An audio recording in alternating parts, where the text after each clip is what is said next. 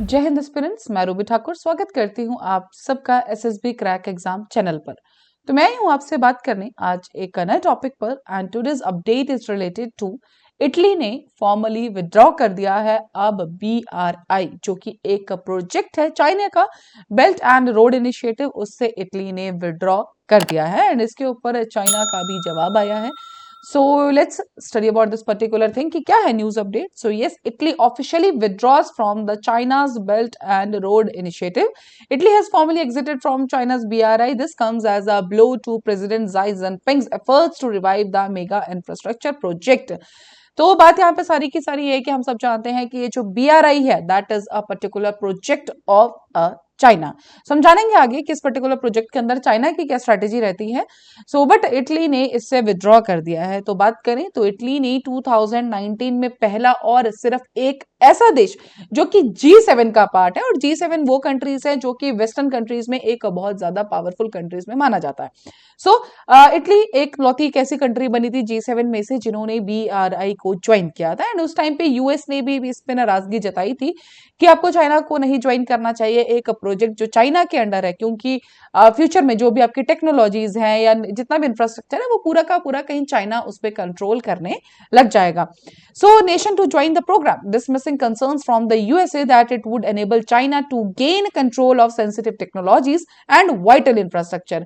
इस पर अभी जो नई प्रक्रिया आई है, जो हालांकि जो इटली के प्राइम मिनिस्टर है उनका कहना यह है कि हमने BRI जरूर एग्जिट किया है लेकिन हम चाइना के साथ अपने नॉर्मली जो रिलेशंस हैं वो खराब नहीं करेंगे। तो चलेंगे जानेंगे सब कुछ सारा का सारा डिटेल में।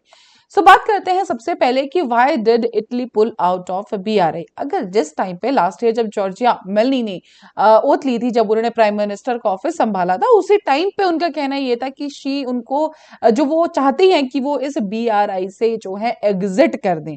तो इटली ने BRI को ज्वाइन किया था 2019 में, लेकिन जैसे ही जॉर्जिया मेलोनी बना उन्होंने उसी टाइम पे बोल दिया था कि एक जो ये BRI है जो एक मॉडल किया गया है ओल्ड सिल्क रोड के ऊपर डन, जो जिससे चाइना जो है वेस्ट से लिंक करना चाहता है, वो नहीं चाहती थी कि हम जो इटली है वो उसका पार्ट रहे। There is no significant gains to Italy. अब जो उन्होंने रीजन दिया है कि हम इसको विड्रॉ कर रहे हैं, हम इससे एग्जिट कर रहे हैं, वो ये है कि जो हमने सोचा था, जो हमें फायदा हमने सोचा था, उस तरह का कुछ भी हमें यहां से देखने को नहीं मिला। That is from the BRI। Italy का कहना यह है कि हमें इससे कोई भी गेन नहीं मिला है।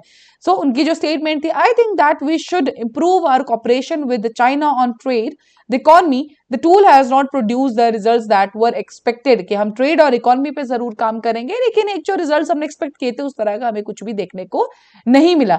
बात करें तो जो 2019 का ये अकॉर्ड था जब इटली ने ज्वाइन किया था, वो ऑटोमेटिकली 2024 में रिन्यू हो जाता, लेकिन वही उससे पहले ही जो रोम है उसने कह दिया है कि हम कॉन्ट्रैक्ट है रिन्यू नहीं करेंगे और we are getting exit from this particular initiative.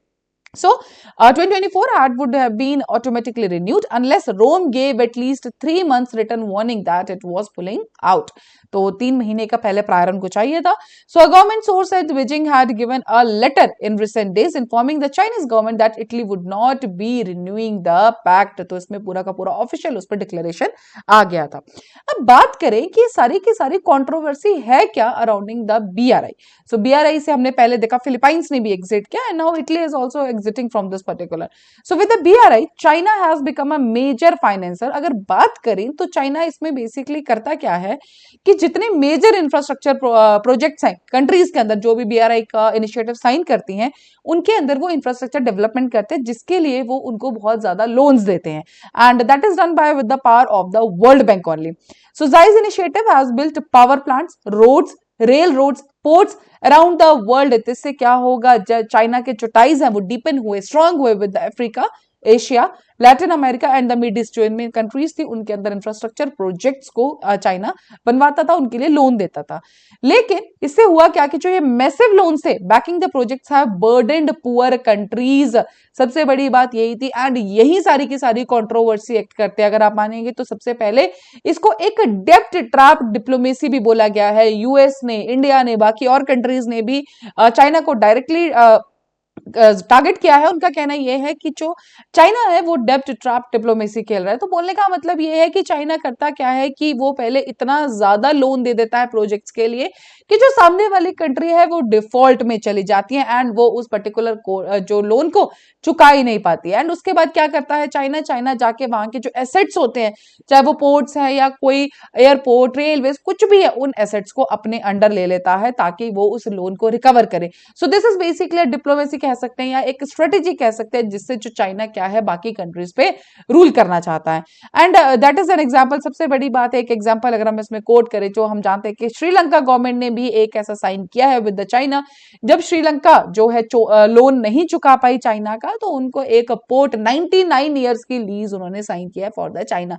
And that is also related to all this. तो पूरा का पूरा देखा गया। So this is just a strategy और a diplomacy played by the that particular China. बात करें तो यहां पर एक और चीज अगर हम याद करें, जब G20 समिट चल रही है, so that was around the India Middle East Europe economic corridor. So हम सब जानते हैं कि BRI को काउंटर करने के लिए ही पर्टिकुलरली इस इनिशिएटिव को स्टार्ट किया गया था। And that is a memorandum of understanding जो साइन किया गया है हमारा G20 समिट जब इंडिया हमारी प्रेसिडेंट थी। एंड इस पर्टिकुलर इनिशिएटिव का जो है इटली ऑलरेडी पार्ट है। नो डाउट हमने इटली के साथ इंडिया के रिलेशंस बहुत अच्छे होते हुए देखे। हमने मेमोरेंडम ऑफ अंडरस्टैंडिंग चाहे वो डिफेंस के अंदर, ट्रेड के अंदर हमने साइन होते हुए देखे हैं।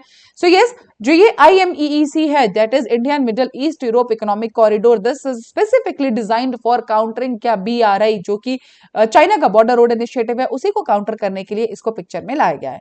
तो the government of India, Saudi Arabia, UAE, France, Germany, Italy, EU and the United States sign this particular memorandum of understanding. And यहीं पर सारा का सारा बवाल आता है कि चाइना ने यहाँ पे नाराजगी भी जताई है कि अगर आप प्रो इंडिया हो रहे हैं, आप इंडिया को ज्वाइन कर रहे हैं, आपने BRI जो है छोड़ दिया है। So that is all. But yes, यहाँ पे देखा जाए तो नो डाउट इंडिया और इटली के जो है रिलेशंस हमने स्ट्रांग होते हुए देखे हैं।